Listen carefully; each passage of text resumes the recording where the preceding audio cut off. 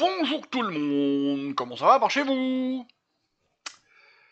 Alors je tourne ça le 9 septembre, c'est ça hein? Oui, 9 septembre. Je sais pas chez vous, mais ici au Mans, ça fait 3 jours qu'on a de la flotte, des orages, des trompes d'eau, un truc dégueulasse. L'automne avec un gros mois d'avance. Allez, sur ces considérations climatiques, attaquons le sujet du jour. De la semaine même, c'est le dossier du jeudi, pardon, tellement perturbé avec l'autre chaîne. Pensez à aller y faire un tour sur l'autre chaîne, ce serait sympa. En description, il y a le lien toujours. Aujourd'hui, nous allons voir les jours fériés, leur origine et leur définition. Alors, on va rester en surface, hein, comme toujours. C'est un vernis de culture que je donne, c'est pas une expertise. Hein. Le but, c'est de... Parce que chaque année, au 8 mai, par exemple, ou au 11 novembre, ouais, mais pourquoi c'est férié aujourd'hui? Et là, les gens disent, mais il était pas, il était pas, il était pas. Sérieux, tout ce qui est dans les jours fériés, on l'a appris à l'école. Faut arrêter, quoi. Donc on va revenir là-dessus. J'espère que la plupart d'entre vous, vous allez tout savoir. Mais si vous pouvez apprendre quelque chose, ça peut être sympa. Sinon, partagez autour de vous aux gens qui ont des doutes sur à quoi sert et pourquoi tel jour est férié. Et puis, si c'est pas assez profond, les commentaires sont là pour que vous rajoutiez du contexte, rajouter, je sais pas, des informations qui pourraient être intéressantes ou pertinentes pour les autres. N'hésitez pas. J'ai envie quand même que Blenor Culture soit un truc communautaire, donc partagez entre vous. On va commencer par s'arrêter sur l'adjectif jour férié, et on va aussi parler du verbe chômer, puisque c'est lié un petit peu. L'adjectif férié ne s'applique qu'au mot jour des recherches que j'ai pu faire. Là aussi, mais c'est pour ça que je précise des recherches que j'ai pu faire, parce que j'ai un léger doute. Et il est défini de la manière suivante, où il y a cessation de travail. Et tout de suite, c'est marqué fête religieuse ou civile. Donc c'est quand même lié à une fête ou un jour où on ne travaille pas. Alors, où on ne travaille pas, mais pas de manière obligatoire ou autre, parce que derrière on a le verbe chômer qui est défini tel que ne pas travailler en raison d'une fête, cesser d'être en activité. En parlant d'une usine, le dimanche, les usines chôment. Et pour ce qui nous concerne, en matière de jours, vous allez voir que c'est pas systématique, parce qu'il n'y a qu'un seul jour qui est férié, chômé par la loi. Bien entendu, les jours fériés sont définis par une loi en France, avec des exceptions territoriales que nous aborderons un petit peu plus tard. Je voudrais faire un rappel global quand même avant ça. La France est un pays de culture chrétienne, et plus particulièrement catholique. Non pas que tout le monde soit œcuménie et aille à l'église tous les dimanches, mais que notre façon de vivre a été façonnée par presque 2000 ans de catholicisme. Je dis presque, hein, parce que, allez, on va dire au moins 1500, parce que oui, on pourrait me reprocher en disant non, non, arrête tes conneries, avant Clovis, ça marche pas. Allez, on va dire 1500 pour les plus pinailleurs. Et je dis presque parce que il y a eu le premier schisme de 1054, alors qui pose débat, c'est pour ça qu'on va pas rentrer plus loin, parce qu'il y en a qui le mettent en 800, je sais plus combien, il y en a d'autres que... Bref, c'est la séparation de la chrétienté qui fait les orthodoxes et les catholiques comme ça, d'accord. Et puis vers 1530, là aussi il y a débat, donc on s'enflamme pas là-dessus, c'est les catholiques et les protestants. Sur l'autre chaîne, j'avais proposé justement, comment dans le mot en isme qui s'appelle socialisme, de parler de toutes les religions. J'avais proposé de le faire là-bas, mais je pourrais le faire ici aussi avec un dossier du jeudi sur le mouvement des religions, les séparations des grands courants. Si ça vous intéresse, commentaire comme d'habitude. Donc voilà, ça. Et puis, alors moi-même, étant à fond dans l'oxymore, je suis un athée prosélyte. J'adore faire ce truc-là. Je vais pas à l'église, enfin tout ça, j'y crois pas. Donc je suis pas dedans, mais je reconnais que je suis dans cette culture. Rien que pour les jours fériés qu'on va découvrir, puisqu'il y en a bon, à peu près la moitié qui sont d'origine religieuse. Je comprendrais pas qu'on me les retire, même par une volonté de laïcité qui me tient un peu à cœur. Et comme je ne comprendrais pas qu'on me rajoute l'Aïd ou Hanouka, parce que c'est pas la culture de mon pays. Bon, c'est une opinion. Vous en faites ce que vous en voulez, vous la partagez pas, pas grave. Attaquons, voyons ça chaque jour en détail. Le 1er janvier. Alors, le 1er janvier, je me suis posé la question. Alors, il est limpide pour tout le monde, c'est le premier jour de l'année, machin, patati patata. Rapidement, c'est une date qui a été fixée par Jules César en 45 avant JC. Puis après, ça a été remis, enfin, ça a pu être considéré comme le début de l'année, puis machin, et en fait, c'est revenu en 1622, c'est ça, c'est en 1622 qu'elle a de nouveau été fixée, et ce, définitivement, au 1er janvier, par le pape Grégoire XV, c'est ça, XV, hein, 15, c'est ça, j'ai toujours un souci avec les chiffres romains, je suis désolé. Je suis obligé de réfléchir, c'est pas naturel, je suis obligé de réfléchir. J'y arrive, mais j'ai réfléchir. Puis sur les grands nombres aussi, j'ai du mal. Les M, les C, là, je suis un peu paumé. Bref, qui avait pour volonté de simplifier le calendrier des fêtes religieuses. Ça lui a permis de simplifier tout le truc. Le jour de l'an, 1er janvier, est le premier jour de l'année civile, hein, pour les comptables. Les comptables le savent, par exemple. Les comptables en Alsace-Moselle, vous devez être contents. Il y a eu une époque, c'était pas jobard. Il a été déclaré jour férié le 23 mars 1810 par arrêté du Conseil d'État pour consacrer une pratique plus populaire que religieuse. 1810, on est sur la fin du règne de Napoléon. Alors, le jour férié qui arrive à la suite de ça, c'est Pâques.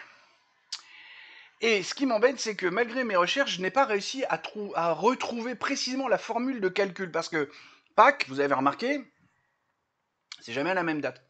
Je me rappelle d'un nombre de lunes après Noël, c'est le dimanche qui suit la 3e pleine lune ou la 2e pleine lune après Noël.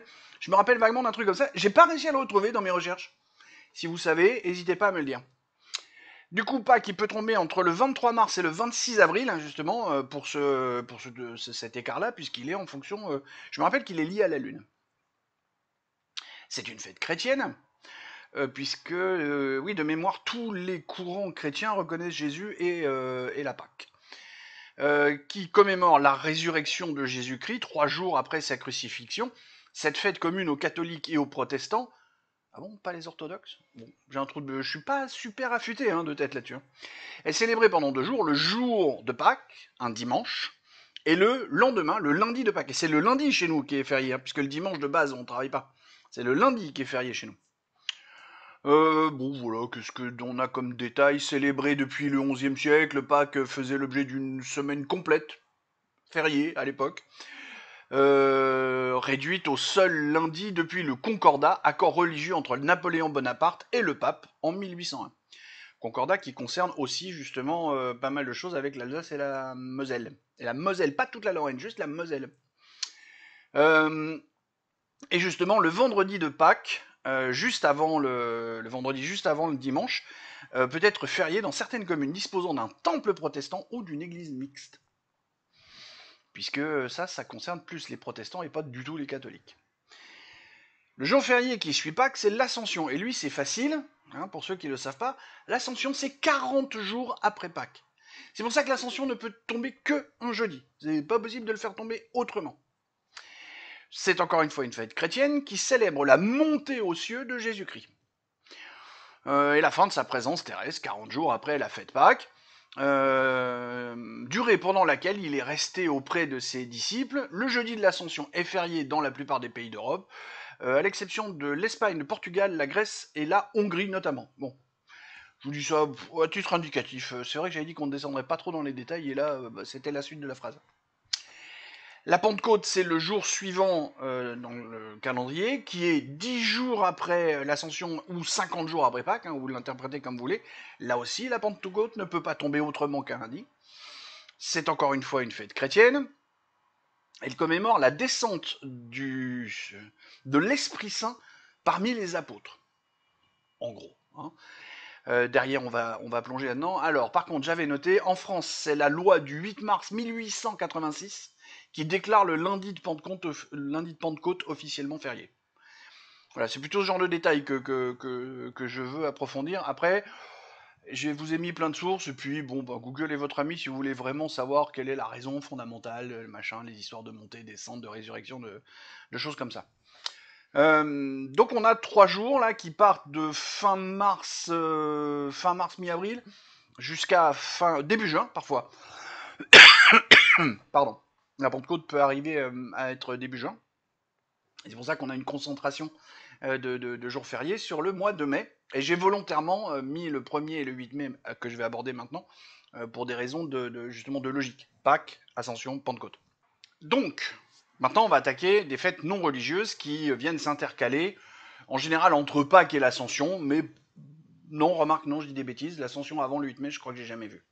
Et je crois même qu'arithmétiquement, ça doit être impossible. Le 1er mai. Alors, le 1er mai est férié en France depuis 1947. Cette journée consacre la fête du travail et trouve ses origines dans un mouvement de grève ayant lieu aux États-Unis le 1er mai 1886. Ouais, c'est bizarre, hein? Fallait le savoir, hein? Vous savez quoi? Je l'ai découvert en préparant ça. Bon, alors journée de pression, machin, gna gna, journée de 8 heures, c'est là qu'on commence à parler de journée de 8 heures. 200 000 travailleurs obtiennent immédiatement satisfaction, blablabla. Voilà. Donc 1886 aux États-Unis, ça pète, et 1947, ça arrive chez nous seulement. Ça a mis du temps. Hein. La fête du travail est fériée dans de nombreux pays du monde. En France, c'est le seul jour férié obligatoirement chômé et payé. La coutume veut que l'on offre à ses proches un brin de muguet ce jour-là, en l'honneur du printemps. Ce qui fait de Ancenis-Nantes, machin, une région qui en un jour fait des dizaines de millions de chiffres d'affaires pour leur PIB local. C'est un truc de malade. J'ai appris ça en regardant Verino. Juste comme ça, les humoristes parfois peuvent apporter de la culture. Très naturellement, après le 1er mai, on a le 8 mai. Le 8 mai 1945 est la date de la victoire des Alliés, URSS, Grande-Bretagne, France, États-Unis, blabla, sur l'Allemagne nazie et marque la fin de la. Alors eux, ils marquent deuxième, mais c'est la Seconde Guerre mondiale, parce que pour l'instant, on est même obligé de dire seconde, puisqu'il n'y a pas de troisième guerre mondiale. On changera quand on aura. Et j'aime pas ceux qui mettent deuxième, parce que quand on emploie deuxième, ça veut dire qu'on a la possibilité d'en avoir une troisième. Donc ceux qui disent deuxième guerre mondiale, secrètement, freudiennement, espèrent une troisième guerre mondiale. Ouais, j'ai pris un cheveu, je l'ai coupé en 14, et puis voilà. Je trouvais ça marrant. Bon, blabla, je reviens pas. Si, le 7 mai 1945, à 2h41, la reddition de l'armée allemande est signée à Reims. Ceci provoque la fureur de Staline, qui souhaite que la reddition soit faite à l'armée rouge, à Berlin. Bon, une nouvelle signature a donc lieu le 8 mai à Karlshorst, parce que je fais un effort. Quand je tombe sur des noms étrangers, plutôt que de faire « Oh, c'est difficile à dire », je m'entraîne un peu pour le dire. Mais là, j'ai avalé de travers, pardon. Donc, Karlshorst, dans la banlieue de Berlin. L'acte de capitulation allemande est signé à 23h01, heure locale. Le 8 mai est déclaré jour férié. Le 2 mars 1953, par un décret du 11 avril 1959, le président Charles de Gaulle supprime ce caractère férié dans une logique de réconciliation avec le voisin allemand. Le président Giscard d'Estaing supprime à son tour la commémoration de la victoire de 1945. Cette commémoration et ce jour férié sont finalement rétablis le 23 septembre 1981 à la demande du président Mitterrand. Non, je ne dirai pas ce que je dis habituellement sur Mitterrand, puisque je ne suis pas sur la chaîne Ablanor Politique. Vous allez voir là-bas si vous voulez. J'ai fait un épisode sur la chaîne Ablanor Politique pour vous expliquer ce que je pense de ce brave homme. Dans la suite du calendrier, nous avons le 14 juillet. L'institution du 14 juillet comme fête nationale remonte au 14 juillet 1790. Là aussi, les micro-trottoirs avec « Oh, on est le 14 juillet, on fait quoi ?» Les feux d'artifice. Les mecs, la prise de la Bastille, savent pas dire. En référence au premier anniversaire de la prise de la Bastille, un an auparavant. Journée hautement symbolique puisqu'elle marqua la fin de la monarchie absolue. Bon, blablabla, parce que j'ai pris des notes mais j'ai décidé de pas tout vous lire pour éviter que ça fasse 4 heures, même si 11 jours, il y en a au moins pour 2 minutes par jour, donc ça prend son temps. Plus l'introduction, plus la machin, on a un dossier de jeudi qui est un peu copieux cette semaine. Et je sais, plus mes digressions personnelles, mais c'est ma chaîne, j'ai envie de vous causer moi aussi. Moi je vous aime. C'est ça le truc que vous comprenez pas. Enfin, les gens qui disent que les vidéos sont trop longues, ils comprennent pas que c'est de l'amour que je vous donne. Allez, je suis comme ça.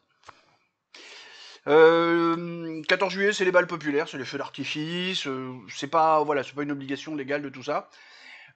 Ça a toujours été un jour férié depuis, comme je vous l'ai dit, 14 juillet 1790. Il n'y a pas un gouvernement, une loi qui a décrété. Ça a toujours été fait comme ça. Ou alors si, ça a peut-être été écrit à un moment au moment de la rédaction de la Constituante, ils ont peut-être fait un autre truc, mais dans mes recherches, c'est pas ressorti.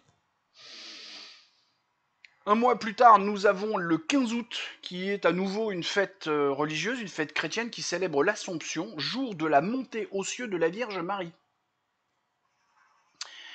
Alors, c'est là où, si on rentre dans l'aspect religieux, on a, on a des gens dans la communauté chrétienne globale qui ne sont pas tous d'accord. Là, je sais que sur l'Assomption, il y a un désaccord entre les catholiques protestants et les orthodoxes. Mais je me rappelle plus lequel exactement, donc, et puis c'est pas l'objet, donc on n'en parlera pas. Qu'est-ce que c'est? La mère de Jésus a été élevée au ciel. Le terme Assomption vient du latin assumere, signifie prendre, enlever. Elle a été voilà, prise, enlevée, montée vers le ciel. C'est un peu la signification du mot. Et on ne se gourre pas. Assomption, différente de l'ascension du mois de mai. Hein. Il y a pas mal de gens qui confondent les deux. Là, c'est l'assomption. Et il y a deux écoles. On prononce le P ou on ne le prononce pas. Moi, bon là, je voulais prononcer volontairement. C'est vrai que j'ai tendance à pas trop le prononcer de manière courante. En France, le 15 août est un jour férié depuis 1638, date à laquelle le roi Louis XIII a confié le royaume de France à la Vierge Marie pour la remercier d'avoir permis à sa femme Anne d'Autriche de tomber enceinte après de nombreuses années de mariage. Comme quoi, quand ils ont aboli tous les privilèges des rois, des machins, des trucs, il y a 2-3 bidules qui sont passés au travers des mailles du filet. Et oui, parce que théoriquement, en 1794 ou 93, quand ils ont fait la Constituante, ce qui est le père de notre 5ème République aujourd'hui, enfin la mère, pardon, qui est la mère de notre 5ème République aujourd'hui, ils avaient dit tout ce que les nobles ont fait, c'est de la merde, on vire tout. Bah, ils ont gardé le jour férié, quand même. 15 août, on va passer quelques temps sans jour férié, puisqu'on va aller direct au 1er novembre avec la Toussaint. Alors la Toussaint qui est par contre typiquement une fête catholique, parce que de mémoire, les orthodoxes veulent pas en entendre parler, et les protestants ont pas l'air d'être chauds non plus. Et la Toussaint, c'est la fête de tous les saints. Et le lendemain, le 2 novembre, qui lui n'est pas férié, c'est la fête des morts. Hein, c'est bien différencier les deux. Et la Toussaint n'a rien à voir avec Halloween. Halloween, c'est une importation américaine qui se fait le 31 octobre, la veille. Et ça n'a rien c'est une importation purement américaine. Ça n'a rien à voir, rien de religieux, rien de français, de rien du tout. Alors, le jour de la Toussaint est reconnu férié dans l'Hexagone depuis le Concordat signé en 1801, officialisant les relations entre l'État français et la papauté. Voilà, sur celui-là on peut dire ça.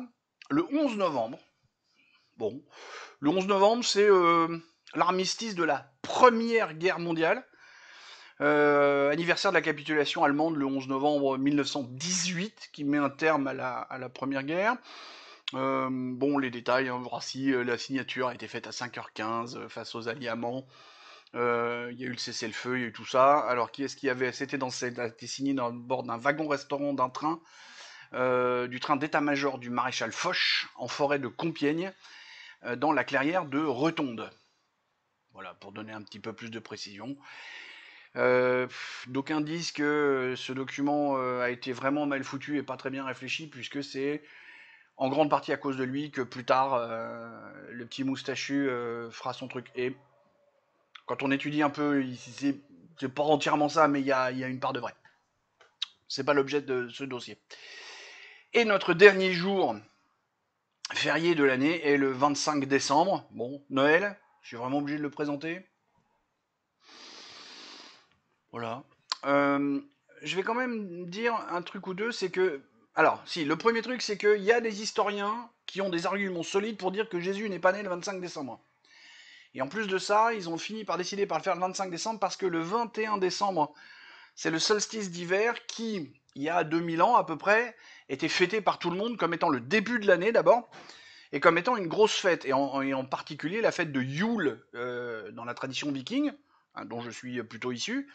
Et donc, lors de l'évangélisation, vu que ça a été l'évangélisation s'est faite un petit peu à coups de bâton et puis un petit peu par négociation, ils ont dit ah, vas-y, on rassemble tout ça.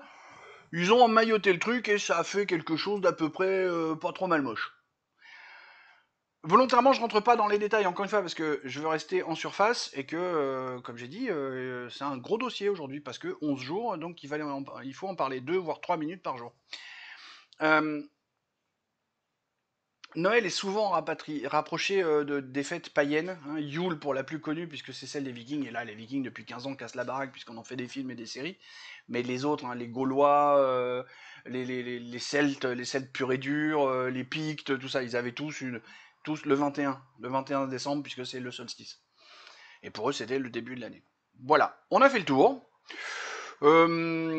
C'était le vernis culturel que je voulais vous donner au travers de ce dossier du jeudi. N'hésitez pas à partager cette vidéo, même si ça a été dit dans le clap et que je l'ai déjà dit, mais vraiment c'est ça. Parce que même si vous savez déjà tout ça et que vous avez juste le plaisir de m'écouter le redire, peut-être qu'autour de vous, il y a des gens qui ne le savent pas et que ce serait sympa pour eux et pour moi que vous partagiez cette vidéo. Voilà.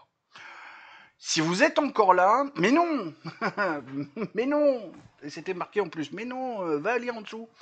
Il y a aussi d'autres fêtes dans l'Hexagone, enfin dans le, non, pardon, pas dans l'Hexagone, mais dans l'État français. Il y a l'abolition de l'esclavage qui est fêtée dans pas mal de territoires d'outre-mer. Sauf que c'est pas la même date pour tout le monde, parce que en fait c'est la leur à eux. Et donc spécifiquement chez eux, tac, il y a un jour férié là-dessus. Et sinon pour l'Alsace-Moselle, non ça, j'en ai parlé en cours de route. Voilà, je savais bien que j'avais oublié un détail. L'abolition de l'esclavage, et puis alors il y a quelques territoires qui ont un truc en plus, genre à la Guadeloupe, il fait le jour de la mi-carême et férié. Alsace-Moselle, on a vu, voilà, l'abolition de l'esclavage, et puis il y a la fête de la citoyenneté en Nouvelle-Calédonie, le 24 septembre. En gros, c'est à peu près ça. Je vous ai mis des sources copieuses. Allez les voir, il n'y a pas de souci là-dessus. J'ai vraiment tout le détail si vous voulez approfondir chacun des sujets, chacun des jours que je vous ai donnés ici. Si vous êtes encore là, commentez, faites, mais avec le chapeau, l'accent circonflexe, parce que la réforme de 90 veut nous le retirer, donc mettez-le en hommage de cet accent assassiné par le progressisme. Pas grand-chose de plus à en dire.